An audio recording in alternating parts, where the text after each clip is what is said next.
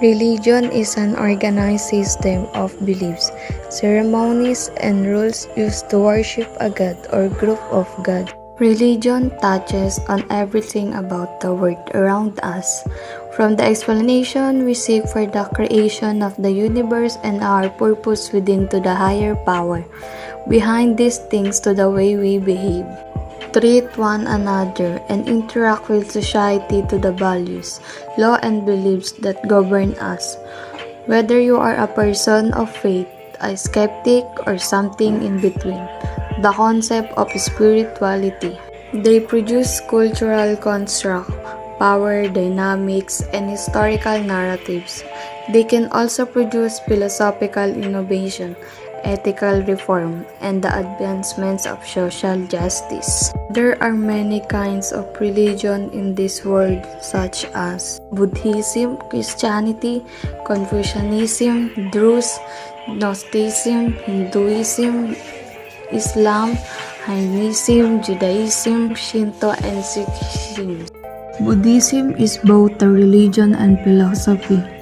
The tradition and beliefs surrounding Buddhism can be traced to the original teaching of Gautama Buddha, a sagely thinker who is believed to have lived between the 4th and 6th centuries BCE. Christianity is a monotheistic religion based on the life and teaching of Jesus of Nazareth. Christianity teaches that Jesus is the Son of God and the Messiah, the Savior of humanity foretold in the Torah.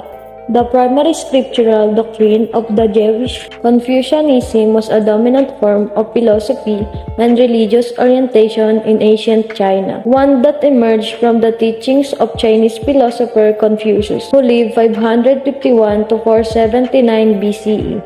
Druze refers to an Arabic ethno-religious group that originated in and still largely inhabits the mountain of Druze region in southern Syria. Gnosticism likely refers not to a single religious orientation but to an interreligious phenomenon in which various groups across an array of regions evolved to a similar set of beliefs and ideas. Hinduism is regarded by some as the world's oldest religion, likely dating back to what is known on the Indian subcontinent as the Vedic Age. Islam is a monotheistic religion that, like Christianity and Judaism, traces its roots to the Garden of Eden, Adam, and the Prophet Abraham. Islam teaches that Allah is the only God and that Muhammad is his messenger. Jainism is an ancient Indian religion that, according to its adherents, can be traced through a succession of 24 sagely teachers. Judaism is one of the oldest monotheistic world religions, among the first ethno-religious group to move away from the idolatry or paganism and toward the recognition of a single deity. Shinto is a religious tradition native to Japan, initially an informal collection of beliefs and mythologies.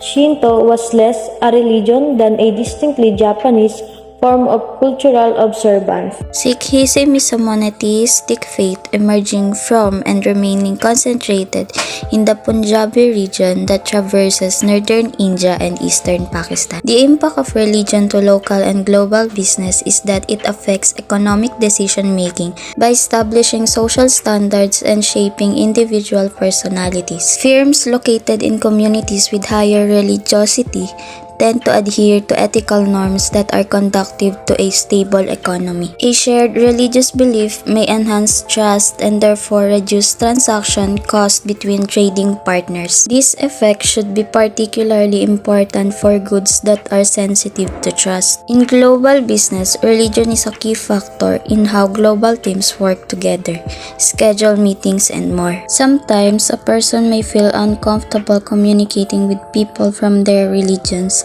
because of assumptions about the other's belief and opinions.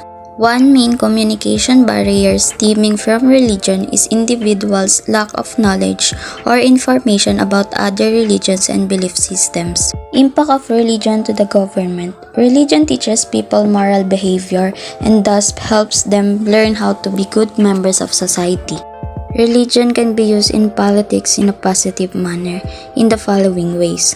Politics should be guided by the ethics and values of religion.